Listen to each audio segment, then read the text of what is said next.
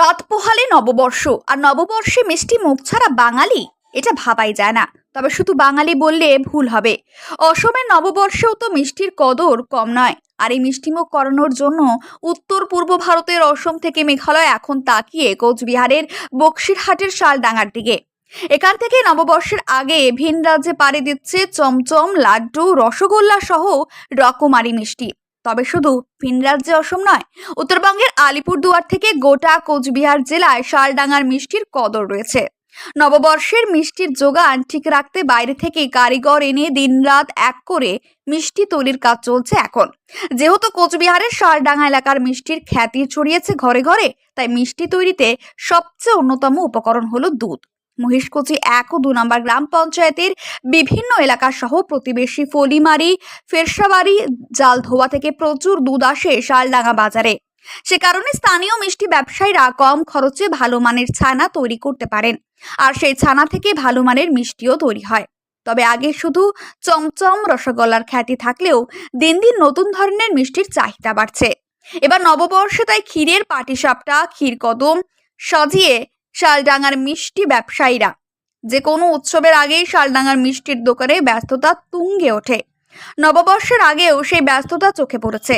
শালডাঙ্গার মিষ্টির ব্যবসায়ীরা জানিয়েছেন, বিগত 2 বছরের তুলনায় এবছর কয়েকগুণ বেশি বেড়েছে মিষ্টির চাহিদা। এ বিষয়ে মিষ্টি ক্রেতারা জানান, এখানকার মিষ্টি খুবই সুস্বাদু। শুধু শালডাঙ্গা নয়, অসম, আলিপুরদুয়ার, জলপাইগুড়ি এবং অন্যান্য ভিন রাজ্য থেকেও মানুষ আসে আমাদের শালডাঙ্গায় মিষ্টি কিনতে। শালডাঙ্গায় বিশেষ আকর্ষণ মিষ্টি হলো কার্গিল চমচম। বিশেষ করে বাংলা নববর্ষে শালডাঙ্গার মিষ্টির চাহিদা বাড়ে ব্যাপক। শালডাঙ্গার মিষ্টি বলতে মানে খুবই একটা জনপ্রিয় মিষ্টি। আর এই মিষ্টিটা আমাদের আশপাশের তো বটেই, আমাদের গ্রামবাসীরা তো খাই, গ্রামবাসীরা খুবই পছন্দ করি।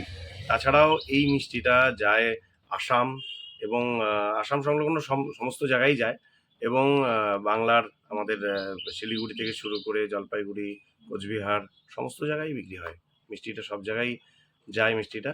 আর পহেলা বৈশাখে, বিশেষ করে পহেলা বৈশাখে এই মিষ্টিটার কিন্তু চাহিদা ম্যাক্সিমাম থাকে। ওনারা কিন্তু খাওয়া দাওয়া বাদ দিয়ে কিন্তু এখন এই মিষ্টির মধ্যে মানে মিষ্টির তৈরি করতে ব্যস্ত। তারপরে এই যে গুজরাট থেকে, হরিয়ানা থেকে যে লোক আসে নিয়ে যায়, ওরাও মিষ্টি ভালো বলে, অনেক দূর দূর যায়, ভালো মিষ্টি মানুষ খেয়ে খুব ব্যাখ্যা করছে। ডেলি অনেক মিষ্টি বিক্রি হয়। তাও কতগুলো, তাও কত মিষ্টি বিক্রি হয়? অনেক মিষ্টি ডেলি। তো ওই যে ভিতরে যে গামলাগুলো দেখো, ওগুলো তো সেল হয়, আবার উঠায়। একটা মিষ্টির সাইজ কিরকম থাকে? একটা মিষ্টির সাইজ তোমার 500 টাকা দামের আছে, 1000 টাকা দামের আছে, 150 টাকা দামের আছে, 200 টাকা দামের আছে।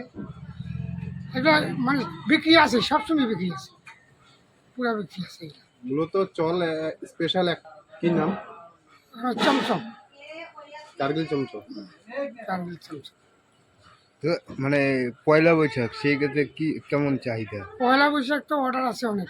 আচ্ছা, এই মিষ্টি যে অর্ডার আছে দেখতে পারবা আসলে, যে 2 দিন আগে এই যে পয়লা বৈশাখ আছে, অনেক মিষ্টি এমনি খুচরা তো বিক্রি হবে বা দোকানে দোকানে হালখাতা করবে, ওগুলো মিষ্টি অনেক দূর দূর থেকে নিয়ে যাবে।